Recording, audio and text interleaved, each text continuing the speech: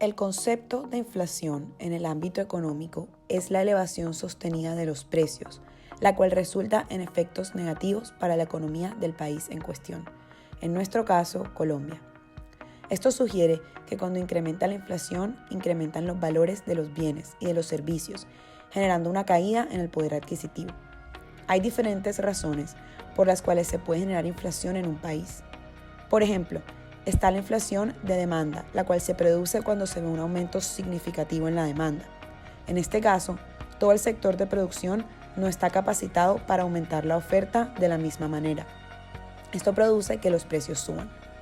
También podemos observar la inflación de costos, la cual sucede cuando los costos de los productores aumentan por necesidad de pago de impuestos, materia prima o mano de obra adicional. Para poder verse beneficiados con la venta de sus productos, incrementan los precios. Por último, encontramos la inflación autoconstruida. Este tipo de inflación sucede cuando los productores sospechan de aumentos en precios en el futuro y deciden ajustar sus precios aumentándolos en caso de que haya cambios.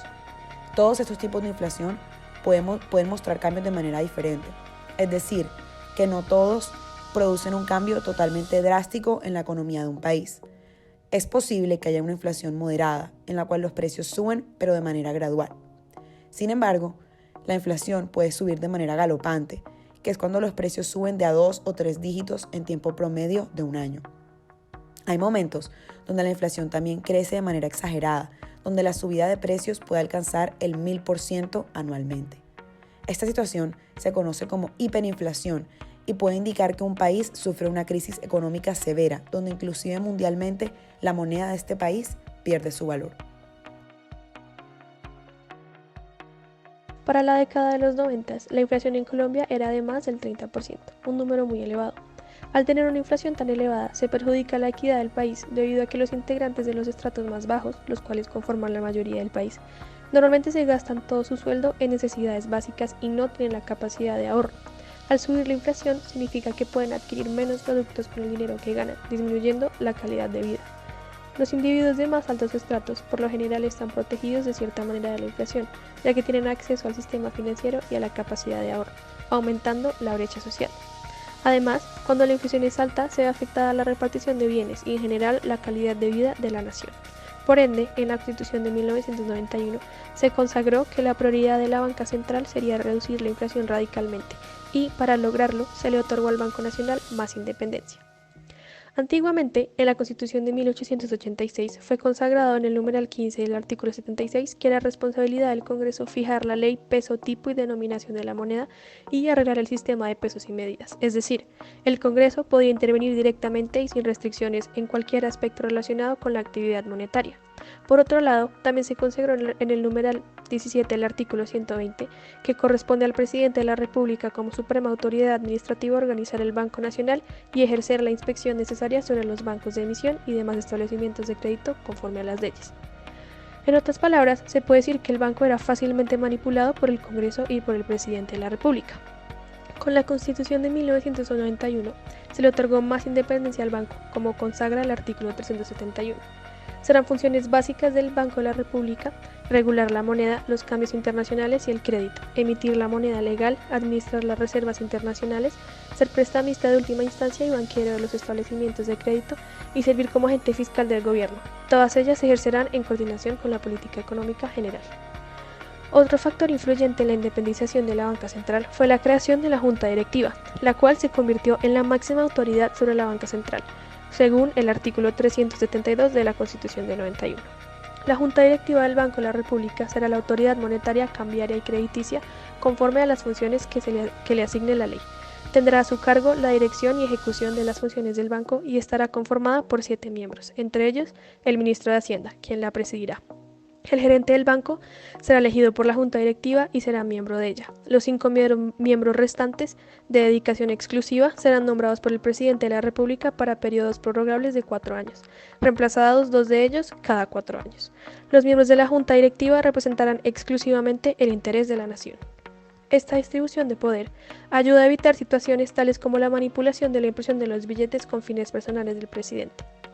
A pesar de la independencia otorgada al banco, este debe de igual manera enviarle un reporte al Congreso cada 6 meses con todos los datos recolectados. A pesar de que el banco hasta hoy en día nunca cumplió con sus metas establecidas a corto plazo, a largo plazo sí fue exitoso. Las reglas establecidas por la Constitución del 91 son la razón por la cual hoy gozamos de una inflación menor al 3%, el cual es un número que indica que Colombia es un país desarrollado.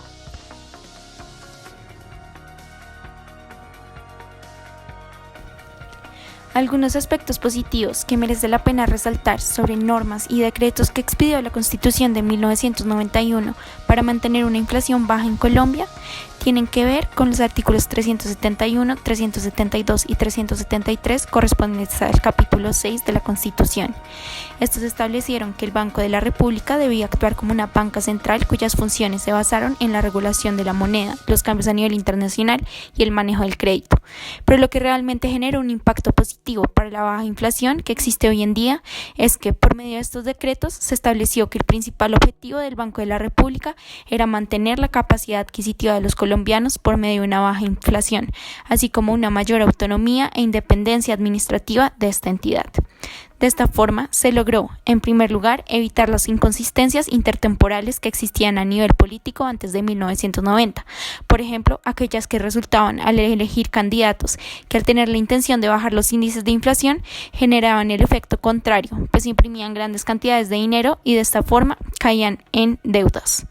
En segundo lugar, según cifras del Banco de la República, en 2002 se logró pasar de una inflación del 31.2% en el año 1991 a una que hoy en día, según cifras del DANE, está por debajo del 2.0%.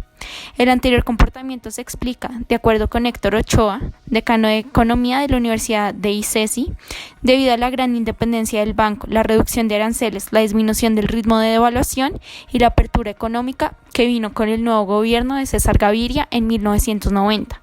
Así pues, se considera que se ha cumplido uno de los objetivos claves de 1991, sobre la meta de una baja inflación, que hoy en día tiene niveles de país desarrollado.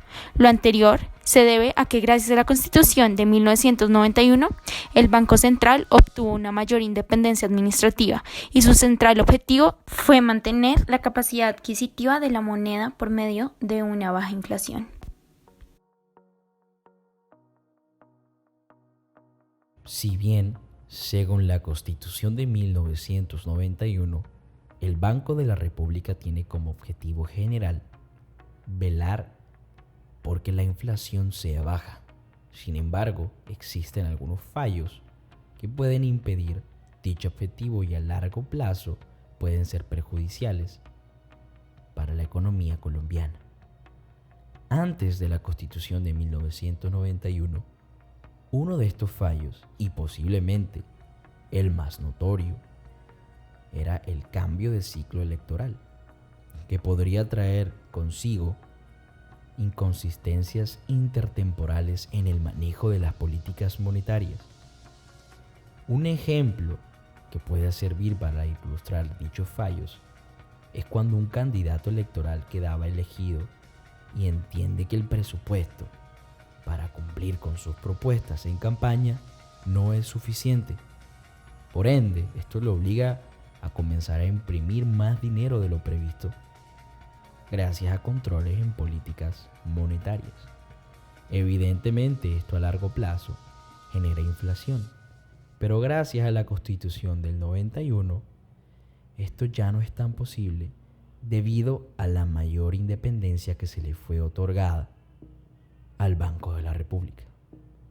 Sin embargo, han existido posibles amenazas con cambios en políticas que pueden regular dicha independencia, pero hasta el día de hoy no ha sucedido nada de esto. Si un ejemplo como el anterior llegase a pasar, significaría una pérdida de equidad en el país. La moneda valdría menos, por ende los salarios valdrían menos, y como ya antes dicho en el video, esto generaría una pérdida de capacidad adquisitiva, que en algunos casos puede llegar a ser muy perjudicial. Para finalizar, un fallo notorio en la historia de Colombia fue la recesión de 1999, que se produjo gracias a que los gastos del gobierno aumentaron a cifras mayores que sus ingresos, que da evidentemente, como resultado, un déficit fiscal alto hacia finales de los 90. Todo esto debido a decisiones del Banco de la República para mejorar sus niveles de inflación. Pero esto terminó por debilitar la economía del país. Y esta es la recesión conocida como la peor crisis económica en la historia de la economía colombiana.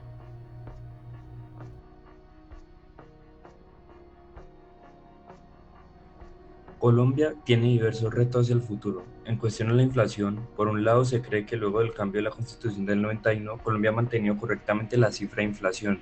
Sin embargo, hay una cuestión que debe solucionarse debido a la crisis de este año provocado por la pandemia.